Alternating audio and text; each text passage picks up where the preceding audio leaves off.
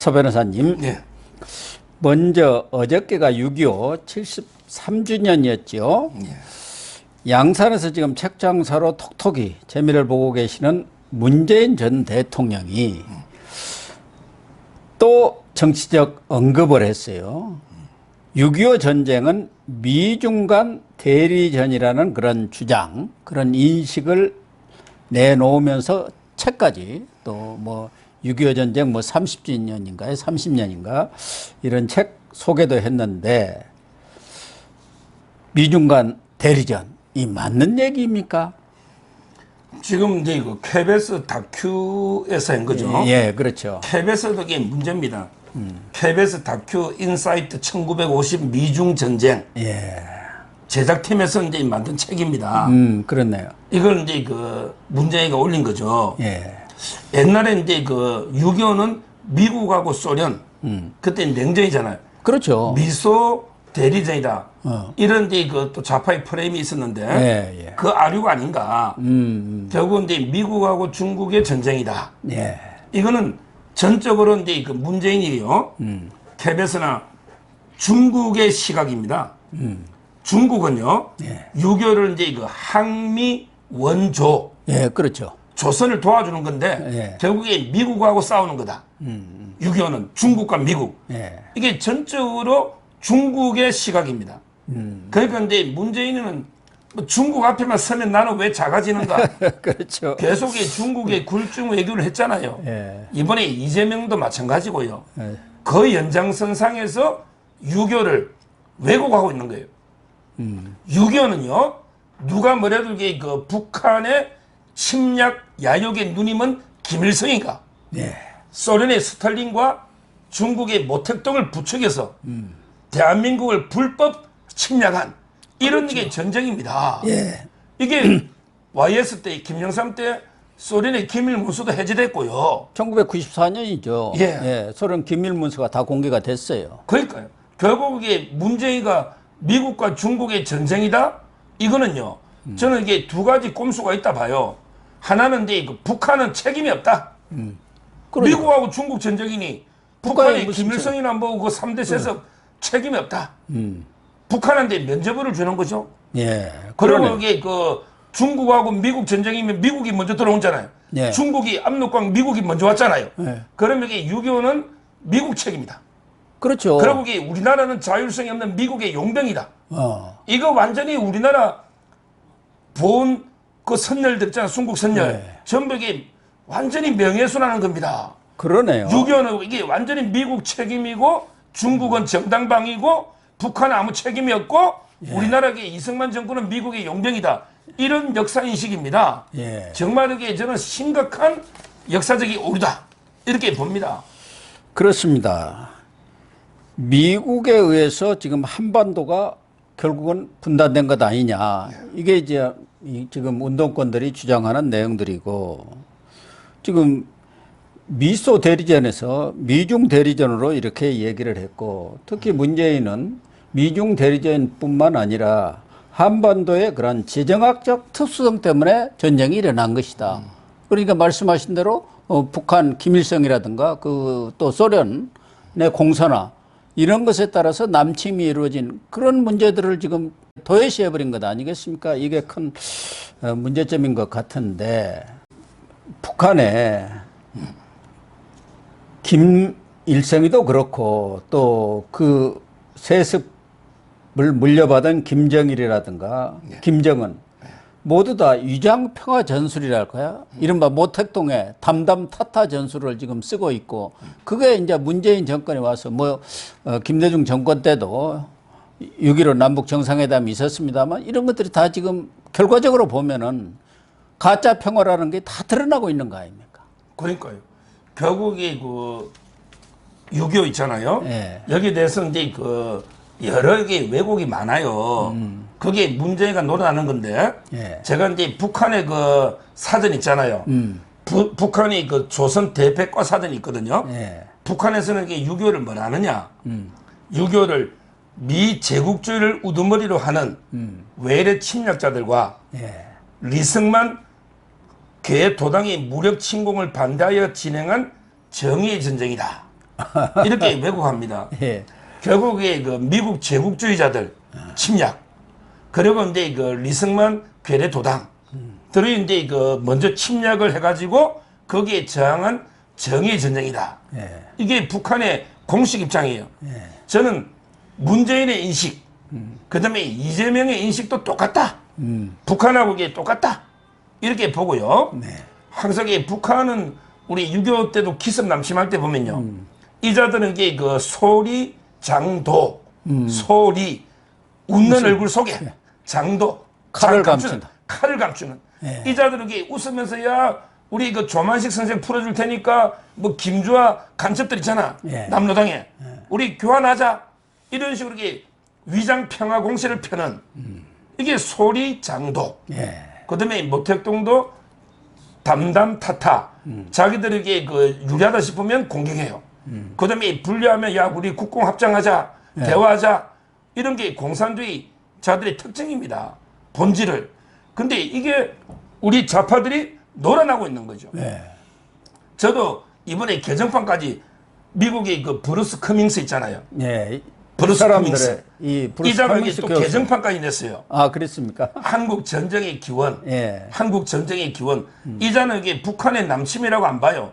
그냥 이게 같이 중립적으로요. 옛날부터 이게 진행되던 내전 있잖아요. 예. 이게 그냥 확대된 것 뿐이다.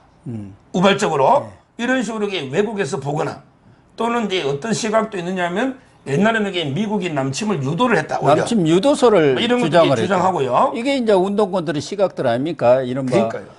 친북, 종북적 사관들 가진 사람들이죠. 그러니까 저는요. 이런 식으로 6.25가 좌파들이 6.25를 왜곡하고 예. 은폐하고 수정하고 이렇게 본질을 흐려온 거예요.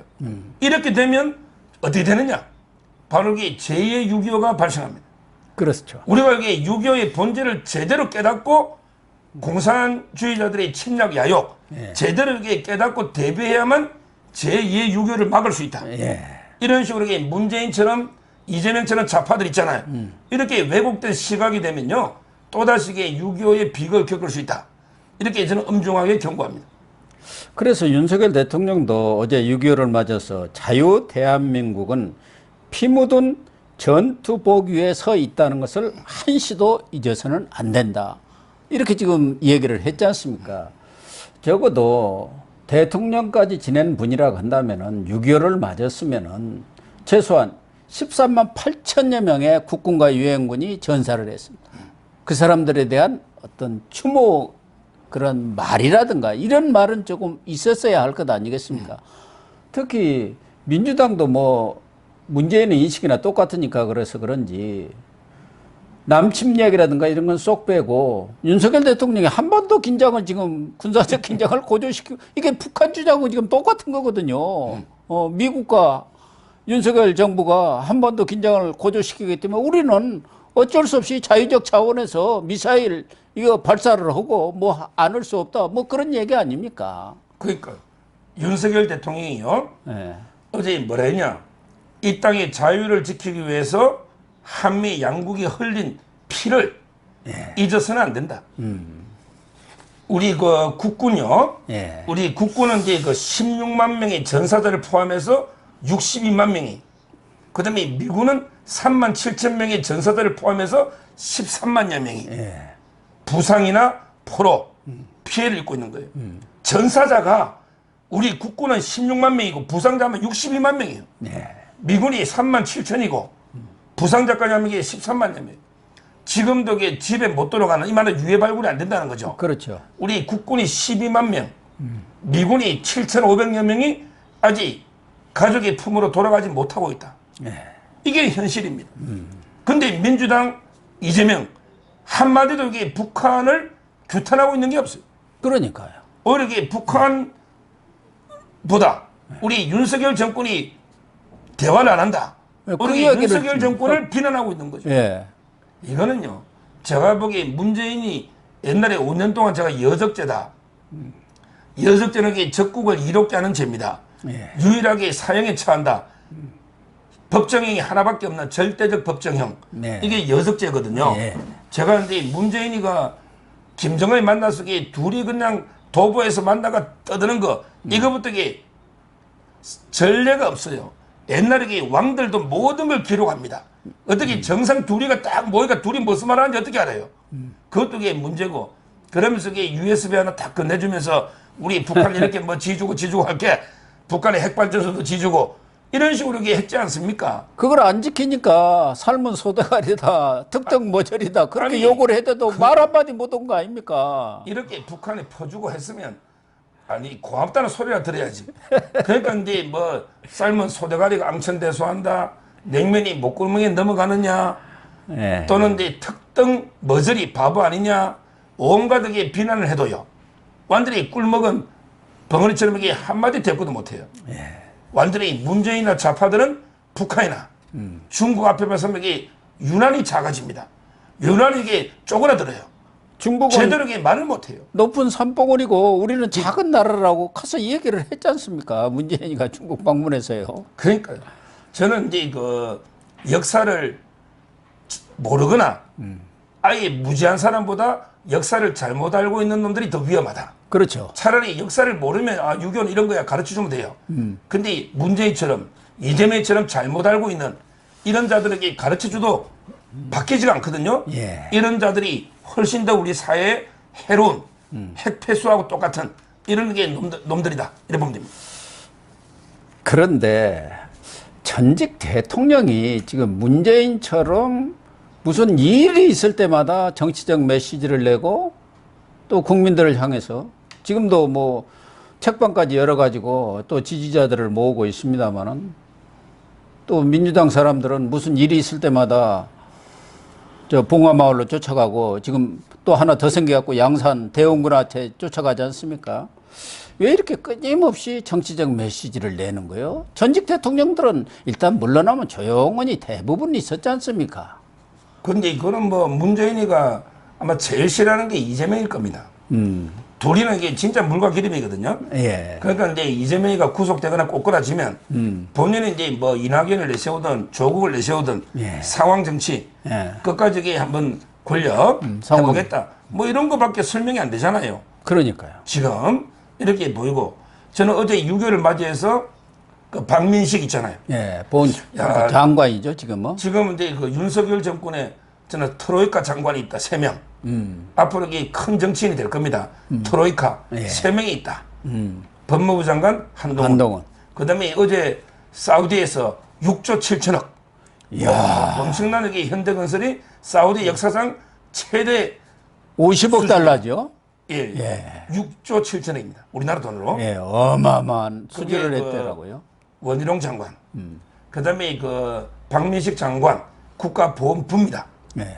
이분이 그 유공자들 6.25 때요. 그 제복도 멋있게 맞춰주고요. 요즘 이게 그 이승만 기념관도 건립하고요. 그 다음에 그 가짜 유공자들 있잖아. 정보를 공개해라. 아주 그 활동을 열심히 하고 있습니다. 어제 그 박민식 장관이 그 보훈 예산이나 예우 있잖아요. 엄청나게 확대했거든요. 그 점도 이게 상당히 저는 의미가 있다. 왜냐? 결국에 그 보훈 있잖아요. 이 보훈을 순국 선열들을 정말 예우하고 대우하고 명예를 더 높이고 이래야만 이게 강한 국가가 되는 거예요. 결국에 보훈이 강한 국가의 주춧돌을 낳는 거다. 저는 그래 봅니다. 예. 왜 그러냐면 이게 그 나라를 위한 희생이 보답받지 못하면 이게 나라가 아니에요. 나라가 아닙니다. 저는 제가 항상 주장한 게 있잖아요. 우리나라의 모든 보상금 중에 국가를 위해 목숨 바친 사람이 돈을 제일 많이 받아야 된다. 그렇죠. 나라 위해 목숨 바친 사람이 세월호 희생자보다 이태원 희생자보다 광주 민주화 유공자보다 누구보다 나라를 위해 목숨 바친 사람이 최고의 대우를 받습니다. 이게 바로 나라다운 나라다. 이게 바로 정의가 살아있는 나라다. 이래야만 제2의 유교를 막을 수 있다. 저는 이런 게 확고한 신념이 있고요. 그 점에서 이제 그 박민식 장관 잘하고 있다고 칭찬해주고 싶어요.